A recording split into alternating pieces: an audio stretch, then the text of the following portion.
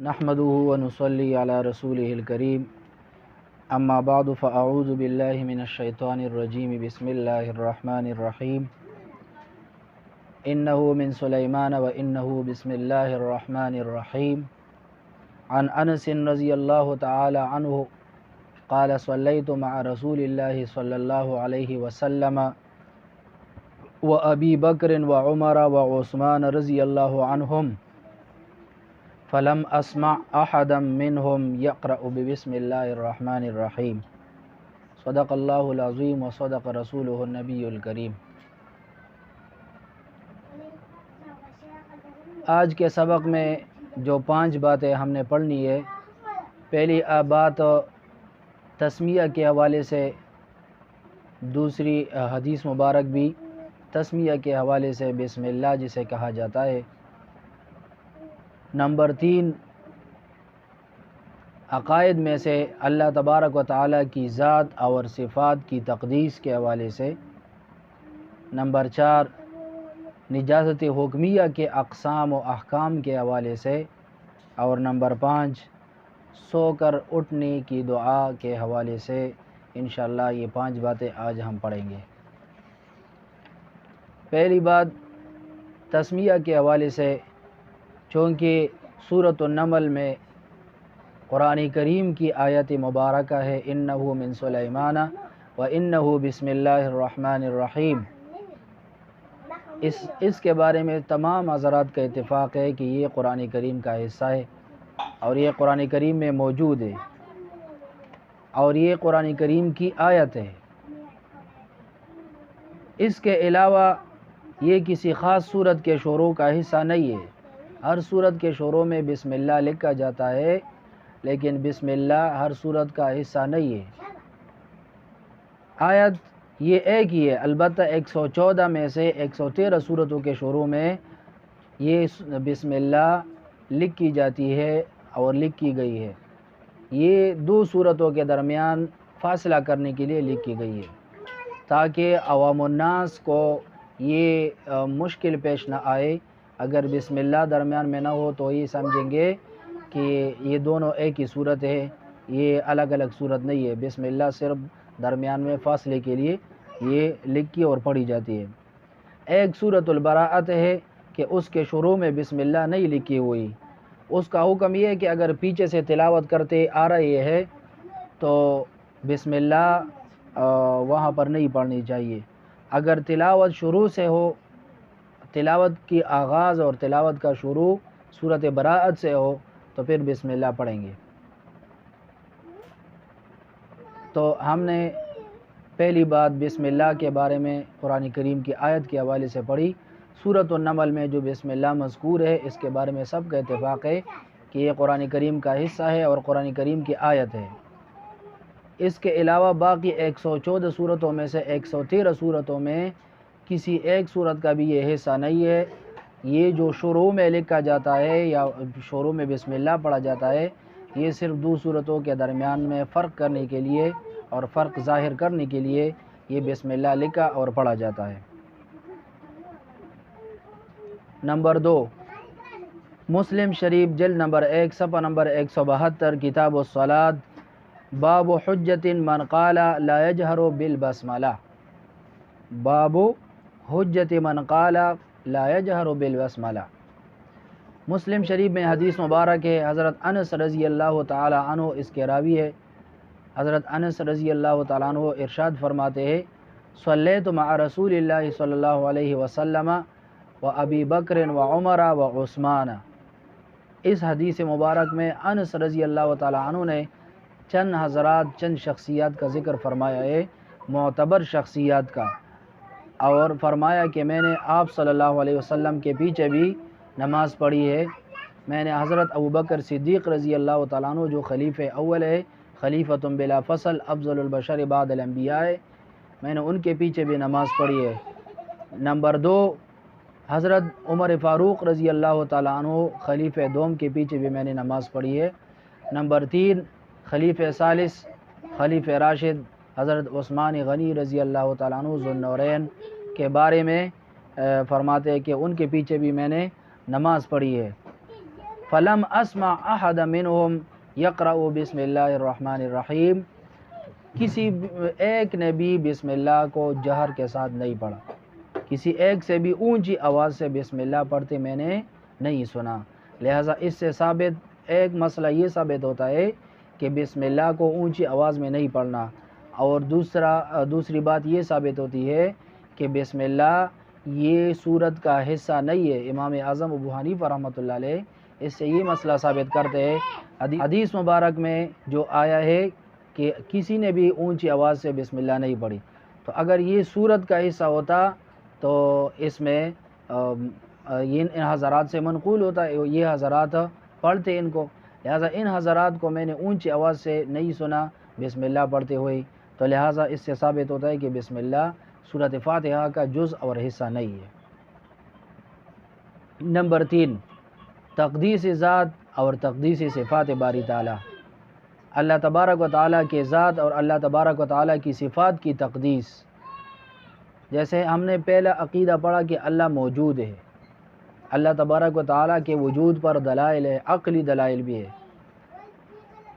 اسی طرح اللہ تبارک و تعالیٰ جسم سے بھی پاک ہے، اللہ تبارک و تعالیٰ جسم کے اعضاء سے بھی پاک ہے، اور نمبر 3 اللہ تبارک و تعالیٰ جسم کے لوازمات سے بھی پاک ہے۔ اللہ تبارک و تعالیٰ جسم سے پاک ہے، جسم کے اعضاء سے پاک ہے، ہاتھ سے پاک ہے، چہرہ سے پاک ہے، پنڈلی سے پاک ہے، انگلیوں سے پاک ہے وغیرہ، یہ ہاتھ پاؤں یہ سب جسم کے اعضاء ہے، اور اللہ جسم کے اعضاء سے پاک ہے، اور جسم کے لوازمات سے پاک ہے۔ جسم کے لوازمات میں سے کھانا ہے، جسم کے لوازمات میں سے پینا ہے، جسم کے لوازمات میں سے اترنا ہے، اوپر چڑھنا ہے، جسم کے لوازمات میں سے دوڑنا ہے، تھکنا ہے، کمزور ہونا، یہ سب چیزیں یہ جسم کے لوازمات میں سے ہے، اور اللہ تبارک و تعالیٰ ان تمام لوازمات جسم سے پاک ہے۔ تو لہٰذا عقائد میں سے ہم نے اللہ تبارک و تعالیٰ کی ذات اور اللہ کی صفات کی تقدیس کے بارے میں یہ عقیدہ یاد رکھنا ہے کہ اللہ تبارک و تعالیٰ جسم سے بھی پاک ہے، اللہ تبارک و تعالیٰ جسم کے اعضاء سے بھی پاک ہے، اللہ تبارک و تعالیٰ جسم کے لوازمات سے بھی پاک ہے۔ اب ہم نے پڑھا کہ جسم کے اعضاء سے پاک ہے، قرآن کریم میں تو ید کا لفظ ہے، جسم کے اعضاء سے پاک ہے، قرآن کریم میں تو وجہ کا لفظ ہے، جسم کے اعضاء سے پاک ہے، قرآن کریم میں تو ساق کا لفظ ہے، جسم کے اعضاء سے پاک ہے، قرآن کریم میں مختلف چیزیں ذکر کی گئی ہے، اس کا کیا حکم ہے؟ تو اسی کتاب میں اس کا جواب آگے دیا گیا ہے کہ قرآن و حدیث میں جو اعضاء ذکر کی گئی ہے، جسم کے اعضاء یا مخلوق کی صفات اس اللہ کی طرف اس کی نسبت کی گئی ہے، تو وہاں ظاہری معنی مراد نہیں ہے کہ آپ ظاہری معنی مراد لے کر ید سے ہاتھ مراد لے، یا ساق سے پنڈلی مراد لے، یا وجہ سے چہرہ مراد لے، یہ ظاہری معنی مراد نہیں ہے، بلکہ یہ صفات اللہ تعالیٰ کی بعض صفات کی تعبیرات ہے، اللہ تبارک و تعالیٰ کی بعض صفات کی تعبیرات ہے۔ پھر اس میں 2 مذہب ہے۔ نمبر 1 متقدمین حضرات کا، متقدمین حضرات فرماتے ہیں کہ یہ صفات متشابہات میں سے، اور اس کی حقیقت اللہ تبارک و تعالیٰ کے سوا کسی کو معلوم نہیں ہے کہ اس سے کیا مراد ہے، یہ متقدمین حضرات کی رائے ہے۔ اور دوسری رائے متاخرین حضرات کی ہے۔ متاخرین حضرات کیا فرماتے ہیں؟ متاخرین حضرات اس کی حقیقت اور مراد درجہ ظن میں لیتے ہیں کہ ہم ظن اور گمان کے درجے میں اس کا معنی مراد لیتے ہیں، یعنی ید کا معنی قبض و قدرت، تبارک الذی بیدہ الملک، بابرکت ہے وہ ذات جس کے قبض قدرت میں بادشاہی ہے زمین و آسمان کی، یہاں پر ید کا معنی قبض قدرت ہے۔ اسی طرح عین کا معنی اللہ کے سامنے، تو اترنے سے مراد اللہ کی رحمت کا متوجہ ہونا، یہ تمام چیزیں یہ صفات جو ذکر کی گئی یہ اس سے مراد ہم ظن گمان کے درجے میں یہ معنی لیتے ہیں۔ متاخرین حضرات کو یہ ضرورت کیوں پیش آئی کہ وہ اس سے ظن کے درجے میں یہ معنی مراد لیں؟ تو اس کا جواب یہ ہے کہ عوام الناس کو مجسمہ کے فتنے سے بچانے کے لیے متاخرین حضرات نے اس کی ظن کے درجہ کے میں، گمان کے درجہ میں اس کی حقیقت اور مراد بتائی ہے۔ مجسمہ آئے، انہوں نے لوگوں کو کہا، لوگوں کو گمراہ کرنے کے لیے کہا اللہ کے لیے ید ہے، قرآن کریم میں ید کا لفظ ہے، اللہ کے لیے ساق ہے، قرآن میں ساق کا لفظ ہے، مختلف قسم کی تعبیرات انہوں نے ذکر کی۔ لہٰذا متاخرین حضرات نے لوگوں عوام کو گمراہ ہونے سے بچانے کے لیے یہ اس کے درجہ ذن میں اس کا معنی پیش کیا ہے۔ تو تیسری چیز ہو گئی عقیدے کے حوالے سے اللہ کی ذات اور اللہ کے صفات کی تقدیس۔ اللہ تبارک و تعالیٰ جسم سے بھی پاک ہے، جسم کے اعضاء سے بھی پاک ہے اور جسم کے لوازمات سے بھی پاک ہے۔ اب قرآن و حدیث میں جہاں پر کسی جسم کے اعضاء کا ذکر ہو اور اللہ کی طرف اس کی نسبت ہو تو اس سے کیا مراد ہے؟ تو حضرات فرماتے ہیں متقدمین کہ یہ متشابہات میں سے ہے اور اس کا معنی اور مراد صرف اللہ کو معلوم ہے، اور متاخرین حضرات درجہ ظن میں، گمان کے درجے میں اس کا معنی بیان کرتے ہیں اور فرماتے ہیں کہ ید سے معنی قدرت ہے اور اترنے سے مراد رحمت ہے، تاکہ عوام الناس مجسمہ جیسے گمراہ فرقے سے محفوظ رہے۔ نمبر 4، نجاست حکمیہ کے اقسام اور احکام۔ نجاست حکمیہ ہم نے پچھلے سبق میں پڑھ لیا کہ نجاست کی 2 قسمیں ہیں۔ نمبر 1 نجاست حقیقیہ، نمبر 2 نجاست حکمیہ۔ حقیقیہ نظر آنے والی نجاست کو کہا جاتا ہے جو گندگی نظر آئے۔ حکمیہ وہ نجاست، پلیتی اور ناپاکی جو نظر نہ آئے، اس کی بھی 2 قسمیں ہیں۔ نمبر 1 حدث اصغر، نمبر 2 حدث اکبر۔ حدث اصغر اور حدث اکبر۔ حدث اصغر چھوٹی نجاست کو کہتے ہیں اور اس سے مراد ہے بے وضو ہونا، اور حدث اکبر بڑی نجاست کو کہتے ہیں۔ نمبر 1 حدث اصغر، نمبر 2 حدث اکبر۔ حدث اصغر چھوٹی نجاست کو کہتے ہیں، حدث اکبر بڑی نجاست کو کہتے ہیں۔ حدث اصغر بے وضو ہونا، اور اس کے لیے حدث اصغر کے دور کرنے کے لیے 2 طریقے ذکر کیے گئے۔ نمبر 1 وضو کرنا، وضو کرنے سے انسان حدث اصغر کی نجاست سے دور ہو جاتا ہے۔ نمبر 2 اگر پانی کے استعمال پر قادر نہ ہو تو تیمم کرنا۔ یہ 2 طریقے ہیں حدث اصغر کو دور کرنے کے لیے۔ نمبر 2 حدث اکبر کو دور کرنے کے لیے بھی 2 طریقے ہیں۔ حدث بڑی نجاست حدث اکبر، حدث اکبر بڑی نجاست کو کہتے ہیں اور یہ 3 طریقوں سے لاحق ہوتی ہے۔ لاحق ہوتی ہے 3 طریقوں سے، پاک ہوتی ہے 2 طریقوں سے، اور حدث اکبر آتی ہے لاحق ہوتی ہے 3 طریقوں سے۔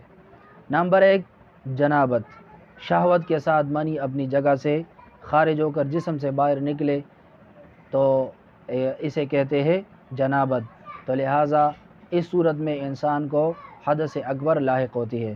نمبر 2 حیض، یعنی بالغہ عورت کو ہر ماہ آنے والا خون جو کم از کم 3 دن اور زیادہ سے زیادہ 10 دن ہوتا ہے، حیض کے آنے سے بھی حدث اکبر لاحق ہوتا ہے۔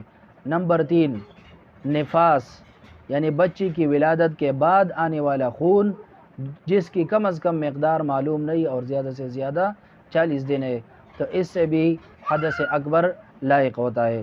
اور ان 3 چیزیں جنابت، حیض اور نفاس، جب یہ لاحق ہو جائے تو اس سے پاکی حاصل کرنے کے لیے، اس کو دور کرنے کے لیے 2 طریقے ذکر کیے گئے۔ نمبر 1 غسل کرنا، اور نمبر 2 اگر غسل کرنے پانی کے استعمال پر قادر نہ ہو تو تیمم کرنا۔ یہ ہو گئی نجاست حکمیہ کے اقسام اور اس کے احکام۔ نجاست حکمیہ حدث اصغر اور حدث اکبر۔ حدث اصغر چھوٹی نجاست کو کہتے ہیں اور یہ بے وضو ہونا، اور اس کے لیے 2 طریقے، وضو کرنا، نمبر 2 پانی کے استعمال پر قادر نہ ہو تو تیمم کرنا۔ حدث اکبر بڑی نجاست کو کہتے ہیں اور یہ 3 طریقوں سے لاحق ہوتا ہے، جنابت سے، حیض سے اور نفاس سے، اور اس کو دور کرنا بھی 2 طریقوں سے ہوتا ہے۔ نمبر 1 غسل کرنا، نمبر 2 پانی کے استعمال پر قادر نہ ہو تو پھر تیمم کرنا۔ نمبر 5 مسنون دعاؤں میں سے دعا بخاری شریف میں کتاب الدعوات باب ما یقول اذا نام، اس میں حدیث مبارک ہے جب انسان سو کر اٹھے تو یہ دعا پڑھنی چاہیے، الحمدللہ الذی احیانا بعدما اماتنا والیہ النشور۔ یہ بخاری شریف کتاب الدعوات میں اس سنت دعا کا ذکر ہے، لہٰذا جب بھی آپ تمام حضرات ہم سب مسلمان سو کر اٹھے تو یہ دعا سنت کی نیت سے پڑھنی چاہیے، الحمدللہ الذی احیانا بعدما اماتنا والیہ النشور۔